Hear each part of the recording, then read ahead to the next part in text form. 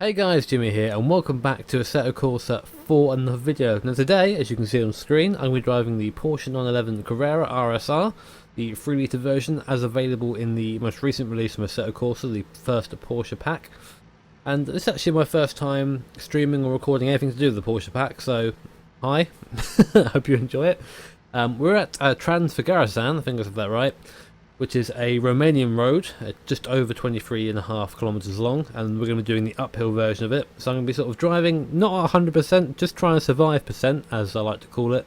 I drove this road for the first time ever yesterday with a couple of friends, so I'm not very familiar with it, so I won't be going too fast. And hopefully what I'm doing, I'll give you a nice little idea of what the car feels like, and talk about the rest of the Porsche pack as we go. So here we are then, pulling up to the start. There's a little timing bee there where we will stop to start if that makes sense. Just a heads up, I'm on the 70s road tyres, or 70s vintage racing tyres I should say, sorry. And they aren't very grippy, so that's going to add to my enjoyment. So anyway, let's be quiet and let's go exploring, shall we? So this car, extremely fast for what it is. Probably doing 100 mile an hour as we come down towards the first corner. I know a little bit of a circuit because this row I should say, because I did drive it yesterday, but got to brake very early down to first gear. That is our first of many hairpins done.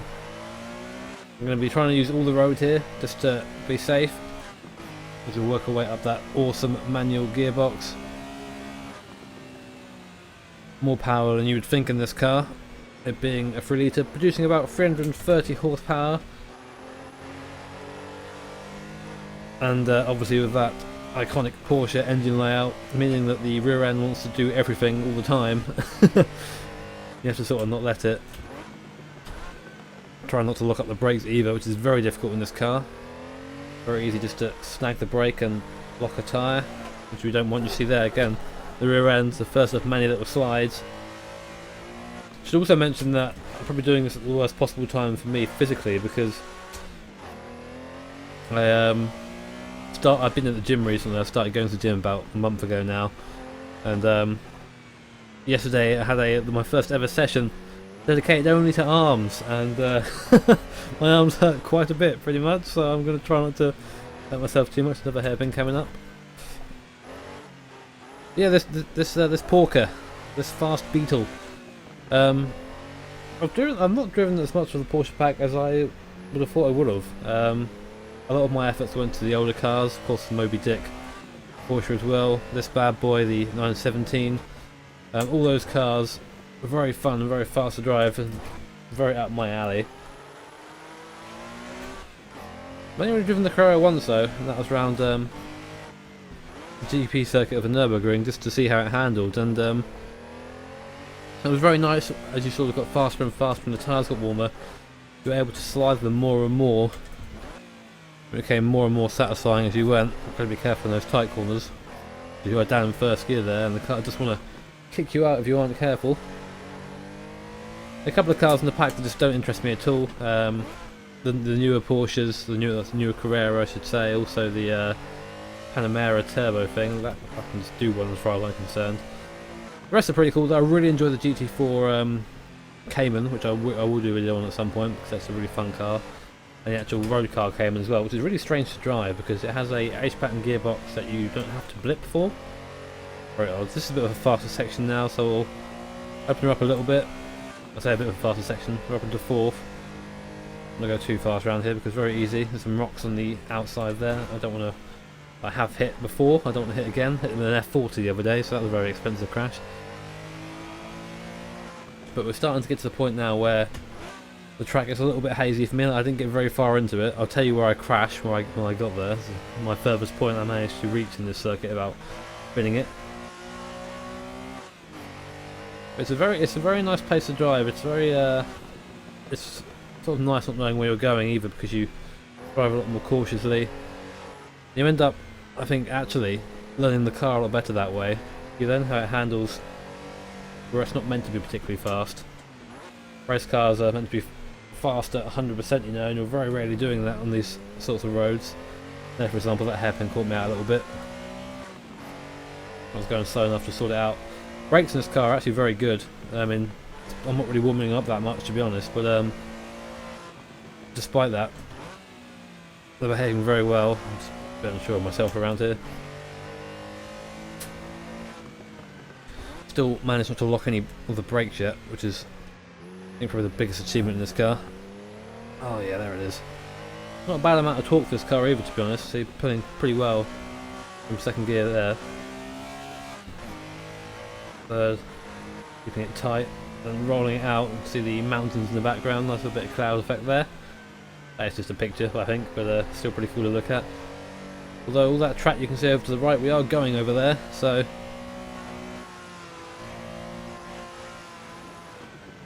brake again. Try and get the car fed in. Nice feedback in these cars as well. It took me a while to dial it in. I've been driving a lot of RF2 recently, and of course that feels very different to anything else. And even after that, the car feels pretty good. Still suffers a little bit from the Assetto Corsa low speed stuff, but that's something I've always had with Assetto Corsa. I think it might be just my driving style does not fit that type of force feedback, maybe, I'm not sure. Other people have said the same thing. Some people have said it's not a problem at all, so a very subjective thing, it feels like.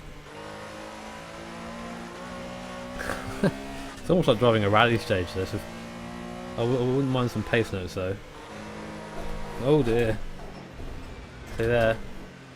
Rear end got loose at speed there. That's where it's a lot more difficult to catch it, because I was running out of road very quickly there.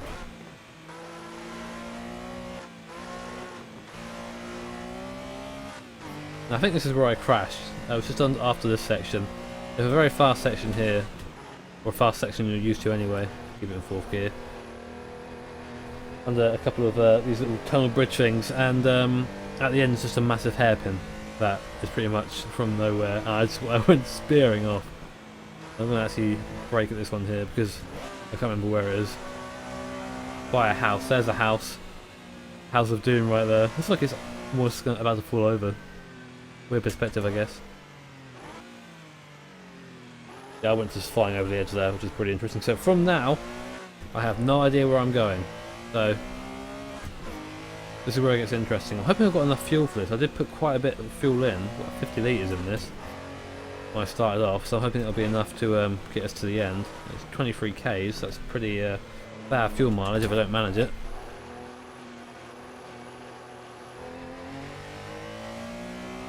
Being nice and cautious through there.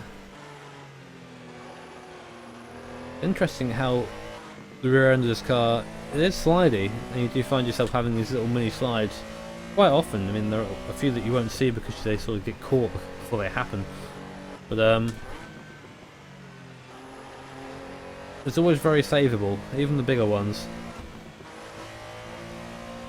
And you can argue for this era of race car where downforce wasn't really a massive thing, especially these sort of earlier Porsches before they started making all the hilariously awesome ones. Having a little bit of slide is actually a good thing over a single lap anyway. I've always thought that having a little bit of slide, just a little bit of slide in the car without any downforce over a single lap is always faster. As long as you can control it in a way which makes it fast, it's very easy just to hit the loud pedal and do a big old drift. I think you're the boss of everything, and in reality you're actually upside down in a ditch somewhere, which I have done in real life before, so that's not as fun as you think it is.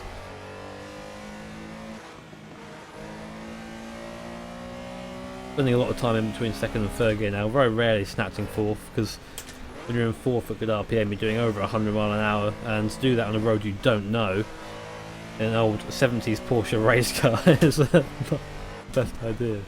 I thought about doing this in the Countach, because I drove this in the Countach yesterday, but that car is so useless as a car to drive. I mean, I'll just understeer into the wall there if I was doing it at this speed.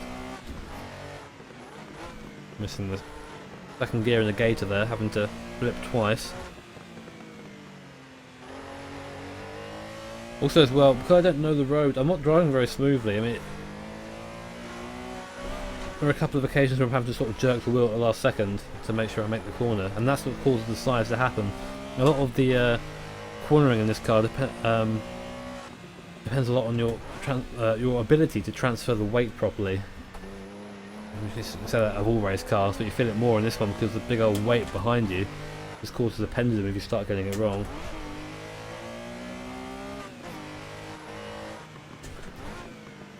and if you start jerking the wheel a lot, then the car is more likely to have that little spin like that, or a little, that was more elevation there, but good to highlight my my point. No idea where I'm going now. Guess I'm going to go around to the right. I definitely don't do that in real life whenever I go into an enclosed space. Never ever dip the clutch and smash the throttle. Never ever do that. I'm a nice person.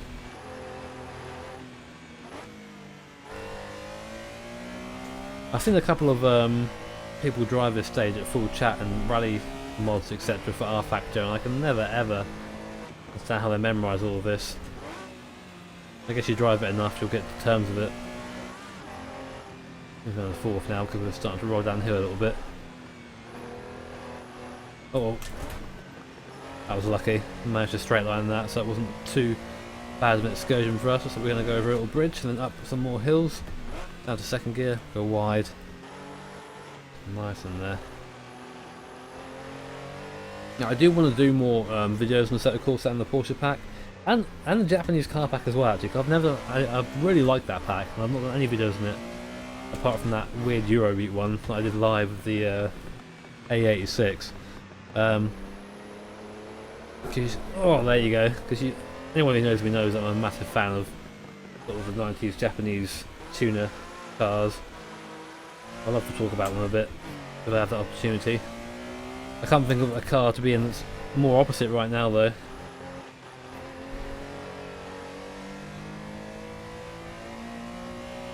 I just want to keep my foot down, but I know it's going to come back to bite me. It nearly did that first time I locked the wheel there. I just saw a little bit of tyre smoke.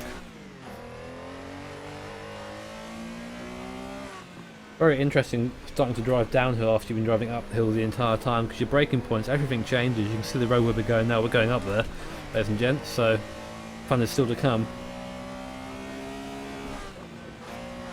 Yeah, but when you're braking uphill, of course, your braking distance is a lot less because you have gravity working with you, and when you flip that, when you're going downhill, the braking distance increases, and you end up making little mistakes like I made there when I locked the tyre.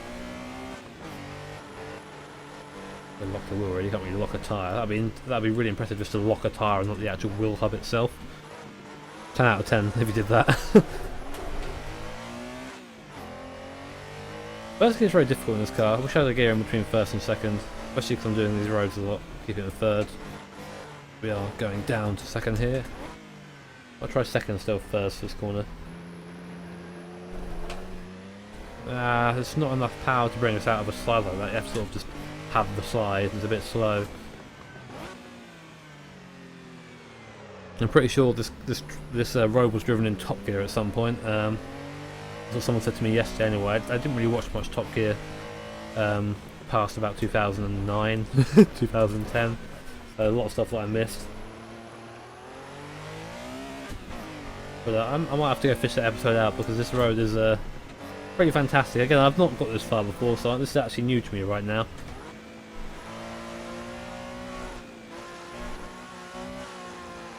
So having to try and keep it an okay pace, a steady pace.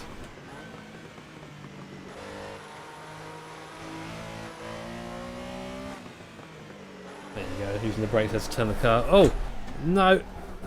Avoided it. It had a spin, but just about avoided it. And again, rear tyre's warm.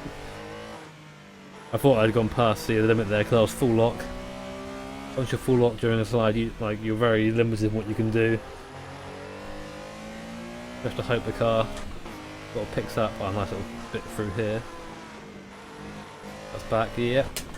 Roads do become sort of predictable after a while. If you can see far enough ahead as well, you can really start increasing your speed. Although, oh no, contact over the wall. That's the first time I've done that as well, I think. But